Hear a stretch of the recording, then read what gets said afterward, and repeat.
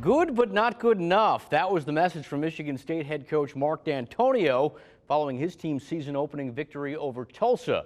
D'Antonio said he wanted more urgency from his players. Well, tonight, the 19th ranked Spartans would give their coach exactly what he wanted. Head to Spartan Stadium, MSU fired up. They were locked in from the start. First quarter already 7-0. Ladarius Jefferson making it look easy. Michigan State going up 14-0. Later in the first, MSU offense in a groove. Brian Lewerke off play action right on the money to Darrell Stewart. 42-yard touchdown. It's 21-0, and we're still in the first. Meanwhile, State's defense also doing its part. John Wassing trying to run. Spartans not having any of it. Broncos held to just 67 yards rushing. Lewerke, he's carving them up. This time finds Cody White in the end zone. Lewerke, 314 yards today in the air. Also had 3 touchdowns. MSU wins big 51-17. And Antonio proud of the way his team began the game. We had a couple big plays early, and they maintained that. And how Michigan State now 2-0 to start the year. Next up for the Spartans is Arizona State next Saturday. Meanwhile, it seems Michigan's new fast-paced style of offense still has some kinks to work out. Even though the 7th-ranked Wolverines clobbered Middle Tennessee in Week 1, there were definitely some issues. This week against Army, there were a few more. Back to the Big House. Shea Patterson began last week's game with a fumble. He did the exact same thing in this one. First quarter, Patterson back to throw, and oh, look out. Ball pops loose, and Army has it.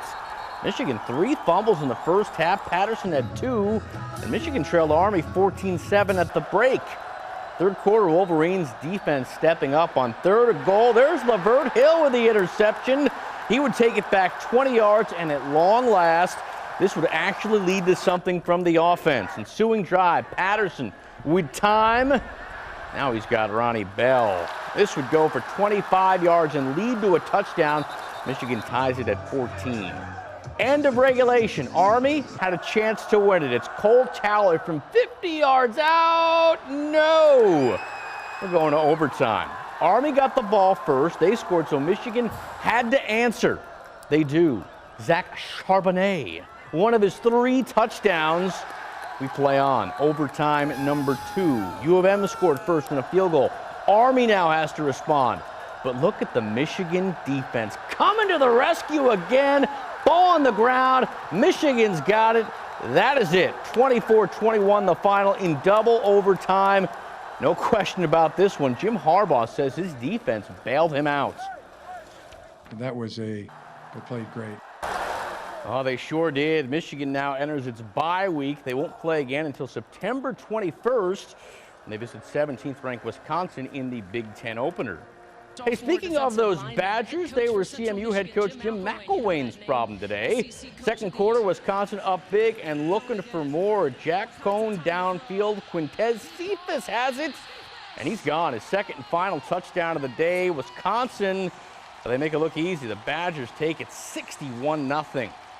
Before we go, do want to talk about some Division II football. The 10th-ranked GVSU Lakers opened up their season tonight. While they weren't perfect, they still managed to take care of business. Head to Allendale, where Grand Valley State welcomed Edinboro this evening. Arian Kane Veazey, looking like he's already in mid-season form. First, the junior from Michigan City, Indiana, scores from 48 yards out. That made it 14-0 in the first. But he wasn't done. Second quarter, look at him go again. Kane Veazey, this time from 94 yards out. He's going to score another touchdown.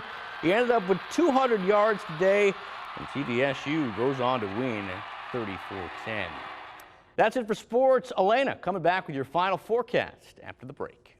Having a famous son once seemed almost unbelievable to Adam Bell. Now it's something he's gotten quite used to. He's pretty much known around the world. I mean, like even today, we came here and we've met 2 groups, and both of them have heard about him. You may have heard of him too. 7-year-old Caden Bell has been in the spotlight ever since he was in diapers. Just after turning 1, the Grand Rapids native became an internet star after his family posted videos of him throwing around a disc. He was good then. He's even better now. I'm really good at it, and I really like to throw a disc because it's pretty fun, and I like to practice it. And the hard work has most certainly paid off. Caden is now a two-time disc golf world champion. He also holds a number of world records, 71 to be exact, so many that even he's lost count. Over the field goal post, roller record, the gymnasium 280 feet world record, roller distance, basketball hoop, and that's all I know of. Caden's parents aren't sure just how far he'll go in the sport of disc golf, but they know this. At a young age, he's already made an impact. We know he's good at it, and we know he enjoys it. Even if he quits right now, he's going to be known forever for what he's done. He already has quite the resume, and it's only getting started. Mike Lissette, 13 On Your Side Sports.